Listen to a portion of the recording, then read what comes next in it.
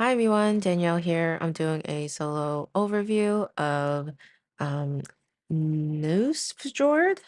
I don't know if that's how you say it. It's an Uwe Rosenberg game and published by Lookout Games. So I have this pretty much ready to go. I do have the boards arranged in a way so that it is optimized for this camera. I have my harbor board. I have four total forest tiles. There's going to be two on the topmost one. You have your little elder kind of board, which with the fishing phase information on the left. You have the banquet tables. You have the solo game tracker on the other side of this is the multiplayer one. So you just flip it over.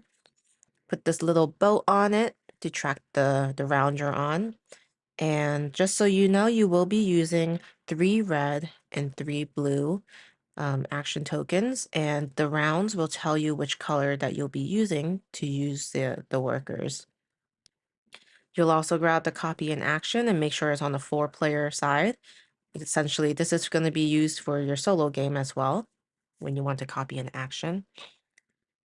We have a couple boards here on the right. These are the actions where you'll be able to place your workers.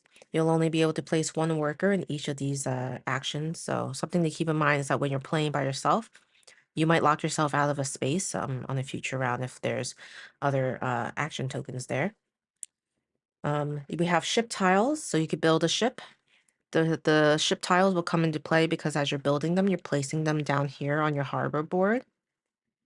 And it will have an impact on how much fish you end up receiving in the fishing phase. So the more further along you are, the more fish you would get. So just kind of as an example, if I ended up buying this sloop, instead of getting the default 3 fish, this would be covered and I would get 5 fish.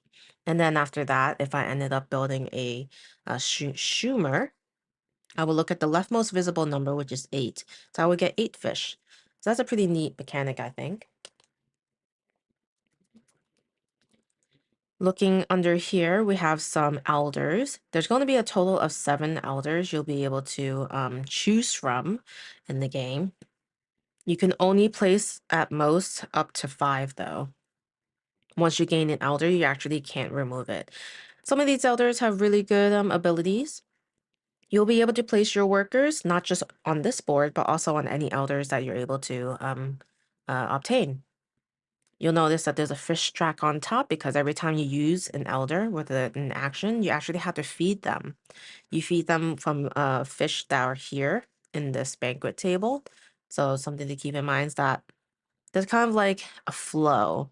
So you might want to get more fish, get elders, spend the fish, make sure you have enough fish to begin with, or else you'd be wasting an action getting an elder that you really won't be able to do much with without fish. Um, and it's cool because these cards have like a fish track. And so after it's completely full, you get to keep one into your personal supply. Your personal supply is right here. It's like everyone gets one in their color, and then the rest of it goes back into the general supply. So that's how that works, and each of them has that. Down here, we have some of the buildings. So during setup, you are choosing 9 random cards with the letter A on it and putting it on this board for the A buildings. And then the B buildings will be on the right. You're shuffling them, choosing 6, putting it there. And then off to the side, we have the C deck, and that will come into play in round 4. So I think I explained pretty much everything that's going on here.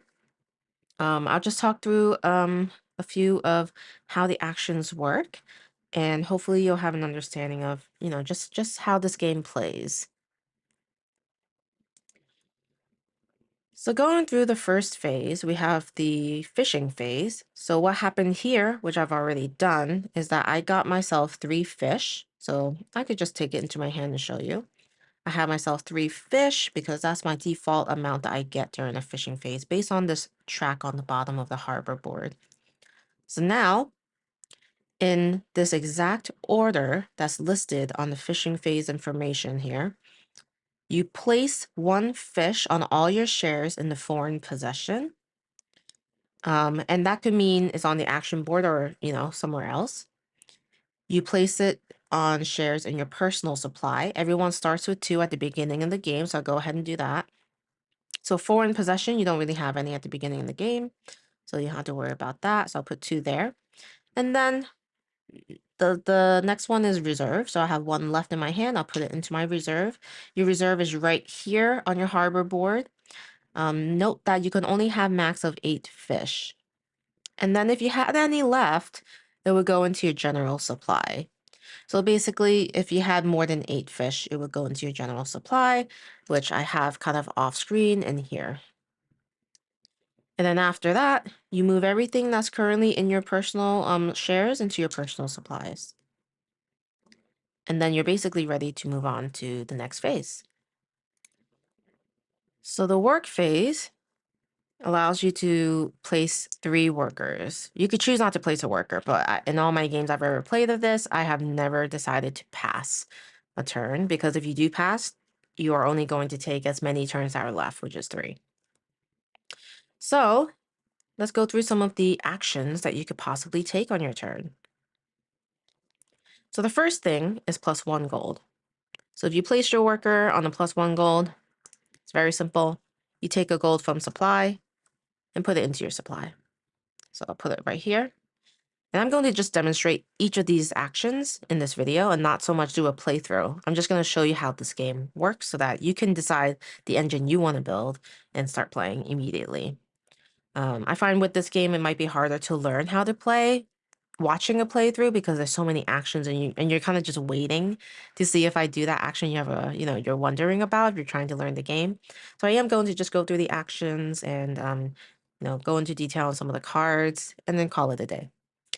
All right, next, reserve, transfer reserve. So just so you know, it is possible that you have fish in your reserve, which is in your harbor. If you were to do this action, you simply move everything that's in this reserve, which could actually be wood and fish. Okay? And you will move it all into your personal supply. So you're going to move it to your personal supply. So I'll do that right now. And excuse me. And just so you know, you can only have max 12 wood in your personal supply. Anything more would go into the general supply.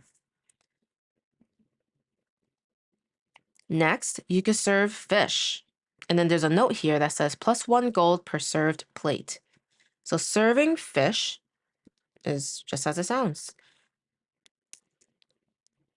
So you have to place fish on empty plates of the banquet table. And you have to start in numerical order. 1, 2, 3, 4. I'm sorry, 1, 2, 3, 3, 4, 4, 5. So you start from this side. And the numbers on the plates show how much fish you have to spend. So you place exactly 1 fish on the plate and return the rest. So to place fish here, you have to spend 2 fish. You'll place 1 on the plate and 1 goes into the supply.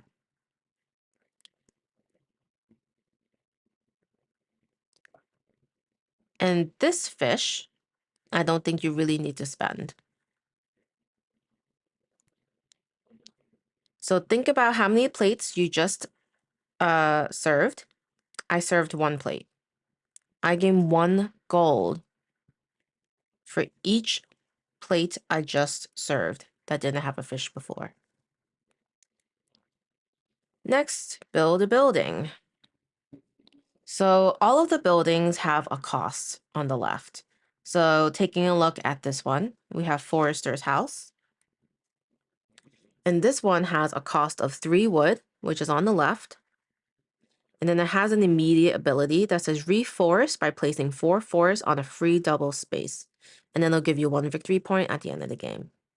So you'll simply just spend the resources on the left, which could be wood, fish, or coins. And then you'll place it in one of your free building spots. You can't place it where a forest is because it's covering the spots.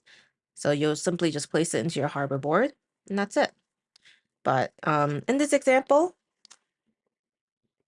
I'm going to hold off because I actually don't have resources unless I wanted to spend a coin.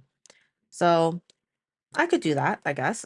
So this would be 2 coins. So I'll spend 2 coins in my personal supply.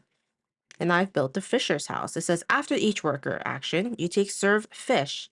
Serve fish, but only on 1 plate. So that allows you to do that additional serving fish action if you use a worker action. And it gives me 2 victory points at the end of the game. So you could also build another building if you wanted to. Next, issue a share plus 2 gold. So issuing a share requires you to place one of your unissued shares, flip it over to your player color, place it here, and then you'll gain 2 gold. So 2 gold back into my supply. Buying all shares is interesting. I don't know if I do this too often, but it does say for 1 gold per share. So if I were to buy everything here, I would spend the gold, add it to my personal supply, and that's what that is. And then that's how that would work. In rounds 4 to 5, you do have a discount of 1 gold, and in rounds 6 to 7, you have a discount of 2 gold, but you have to at all times spend at least 1 gold. It will never be free to take the shares from here. Next action is deforest. It says remove 1 wood and get plus 5 wood. So I'll simply remove one of the woods.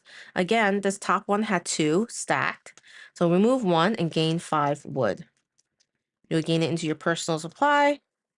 1, 2, 3, 4, and 5. So that's how you get a lot of your wood. Then another action is thin out, plus 1 wood per forest. So I have 1, 2, 3. So I would gain 3 wood. So you can really stack up on the wood. Keeping in mind that max 12 wood in your supply. Reforest. So say you ended up, deforesting too much of your wood, your forest, but you need wood.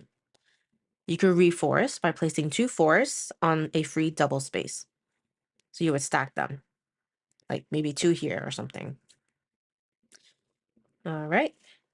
Next, we could build a ship. So I kind of explained this already.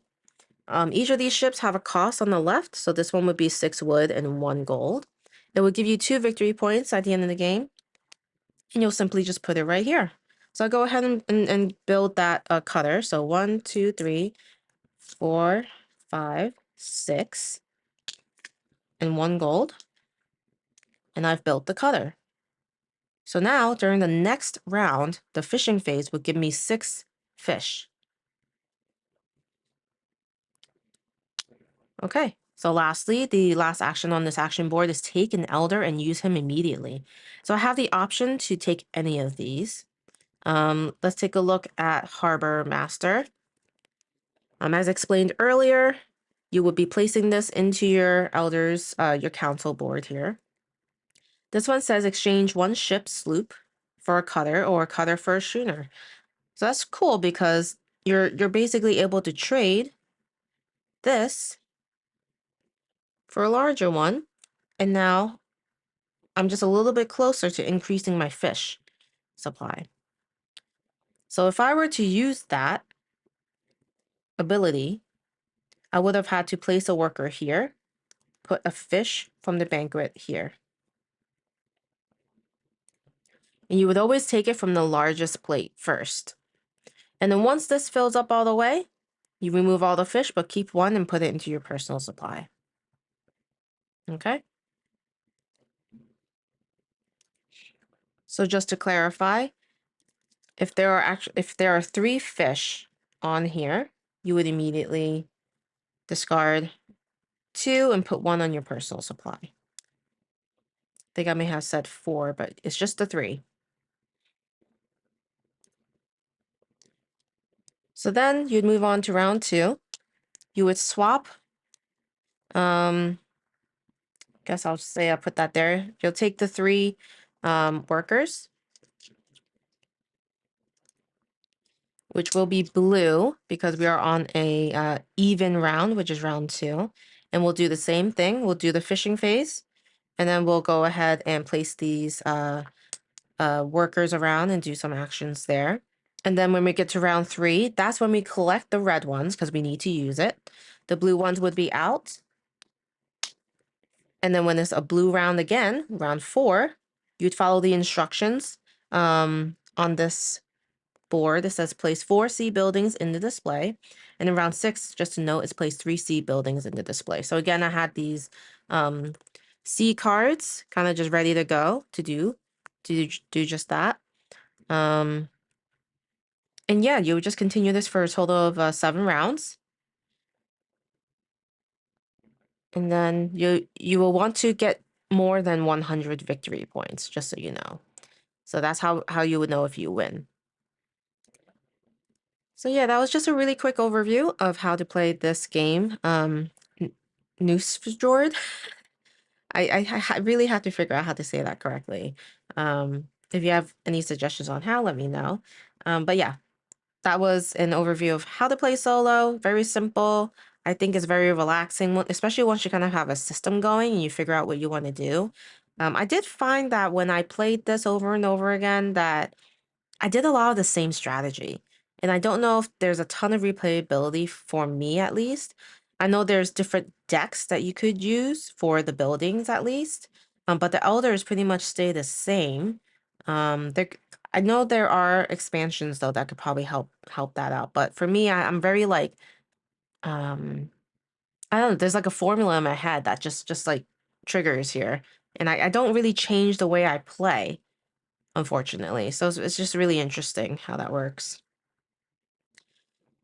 All right. Well, I will leave it at that. Let me know what you think of this game. I know a big box version came out. I don't really know the differences with the components in that, but I think the rulebook is nearly the same. But yeah, thanks so much for watching, and I hope you're doing well. Bye.